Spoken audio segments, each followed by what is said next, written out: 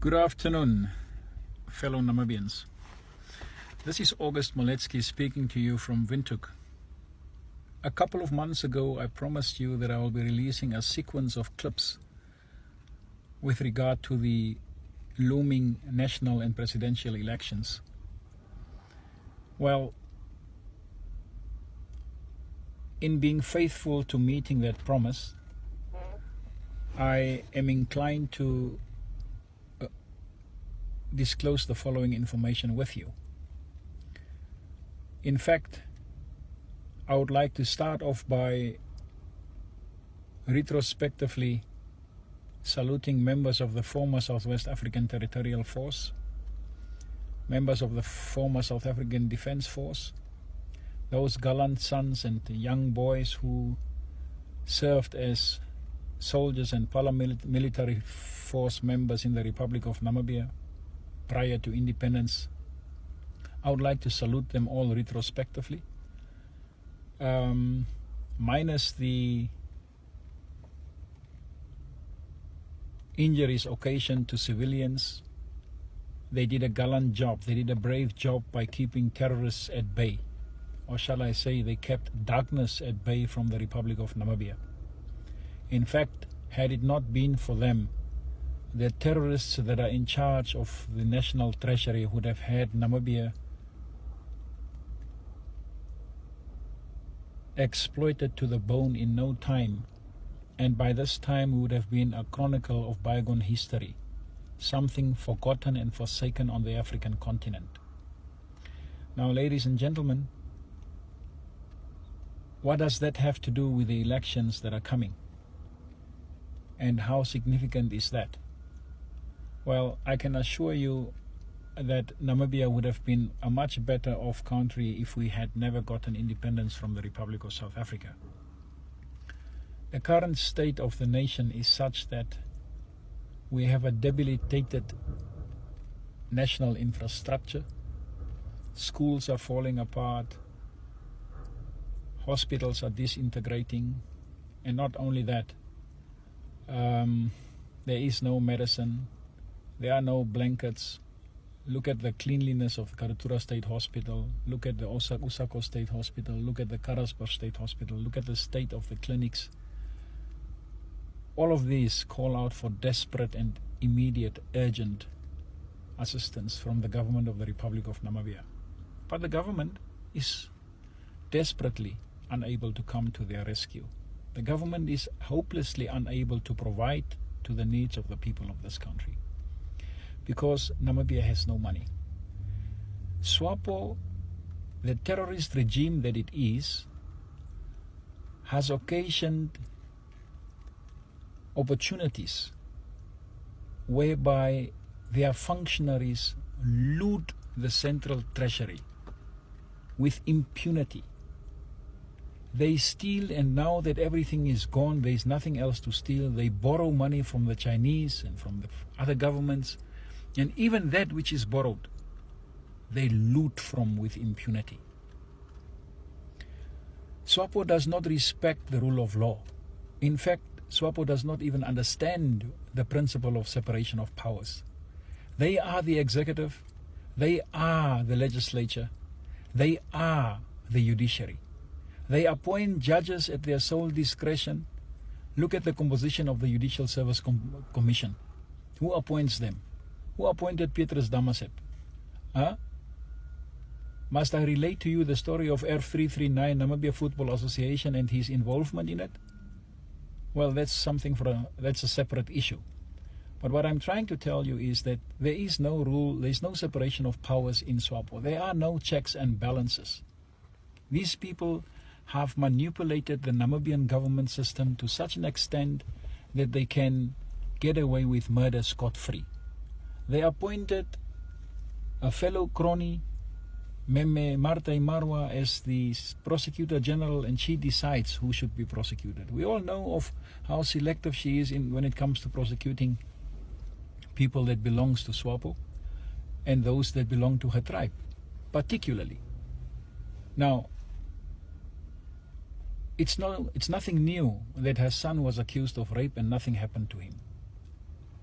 Had there been proper separation of powers in the Republic of Namibia, there would have been a modus operandi in terms of which the conduct of the ruling party would have been checked properly, and in terms of which the ruling party would have been made or held accountable by the opposition.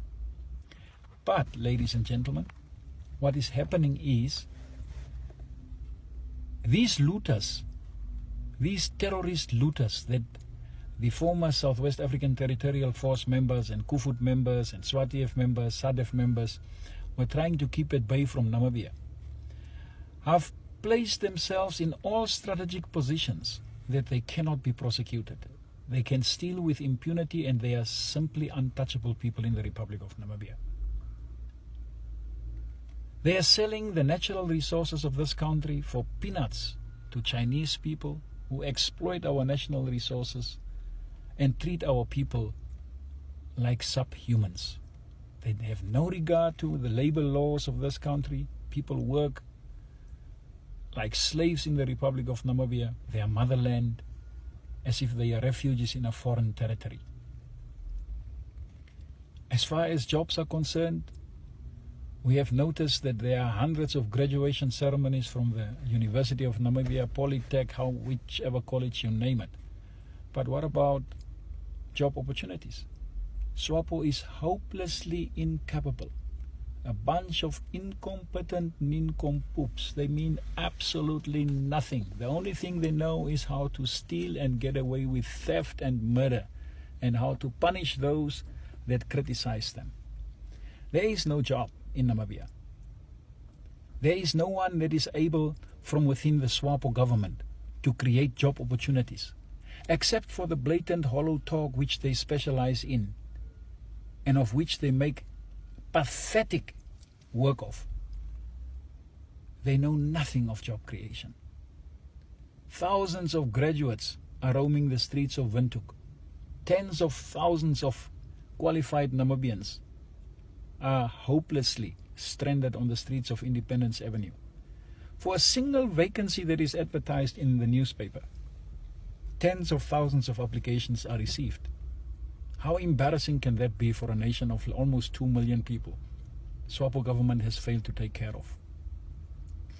Now, yes, as much as the SWAPO government is incompetent and cannot rule this country, and should not be given an opportunity to rule this country, they are in charge of the electoral machinery of this country.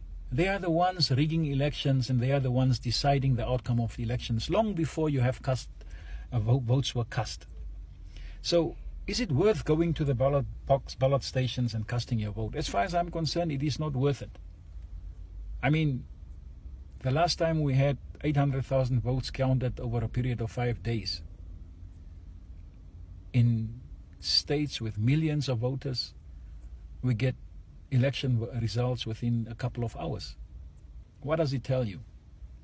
Self-evidently, votes are being rigged in Namibia. Now, I'm not going to suffocate myself with those in authority. I will not be threatened by those in authority. I will be a free man, and I will speak my mind. I will speak my mind, and nothing but nothing will silence me. Not those in authority and those that can give me a paycheck at the end of the day have the ability to put an end to legitimate criticism that comes from me. Now, as far as SWAPO is concerned, we understand that they are a bunch of looters. Yes, I feel sorry for those few guys within SWAPO who really try their best to convert those terrorists from being crooks to being honest people. But they are hopelessly too few. Let's look at the opposition parties. I can vividly recall the day when the last election results were made known at the Electoral Commission of Namibia's head office. I was there in person. Mr. Venani, when he heard that he is the leader of the new opposition party, jumped up and congratulated the President Agekengop and said, yes, yes, yes, I'm the second in charge. Nothing else matters. Now, can you believe it? Can you believe conduct like that? Such childish conduct from a supposed politician, senior politician. Now let's reflect on what Mr. Venani did over the past 5 years. Did he call for a national strike, or did he walk out on the president during the State of the Nation address? Did he ask the president during the State of the Nation address why people who stole from the government institutions' pension fund are still roaming the streets freely? Did he call for a national dialogue on this issue of national corruption? The fact that people steal from our treasury with impunity? That Namibia is literally bankrupt? Did he do something like that? Did he do something meaningful, something tangible, except for, trying to convince and thinking that some of us are fools and sleeping in, kayas there amongst the poor, and saying that he washed himself with cold water and he experienced life there in the shacks? Except for that nonsense, what did he do as leader of the opposition that we can be proud of? Nothing, zilch, zero, fuck all. Exactly the same goes for all the other politicians. Whenever they want to raise their voice, they are being silenced with a salary hike or with whatever they receive under the tables. Not one of them in Parliament is worthy of re-election. Now, where do we stand now? And what are we going to do? We need to rise up to the challenge and save the Republic of Namibia from further descending into absolute chaos. Generations of Namibians to be born have been sold out by the SWAPO regime. What are we supposed to do now? Casting the blame on SWAPO and the current members of Parliament is one thing. What are we, the electorate, supposed to do now? First and foremost, reporting SWAPO to the judiciary and challenging them in the High Court of Namibia is the equivalent of reporting the devil to hell. And how can you do that? Hell belongs to the devil, and hell will only decide in the devil's favor. So we cannot trust the judiciary when it comes to elections and the verification of election results in the High Court of Namibia.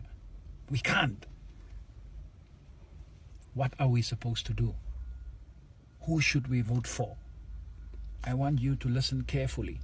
And on this note, I'm ending this discussion. I'm going to continue and keep you posted on what the next move is that I suggest we adhere to. A move that we should religiously stick to in order to bring about meaningful change that is mutually beneficial to you and to me and to future generations of this country. Saluting you all, Namibia. Stay in touch with reality and stop dreaming.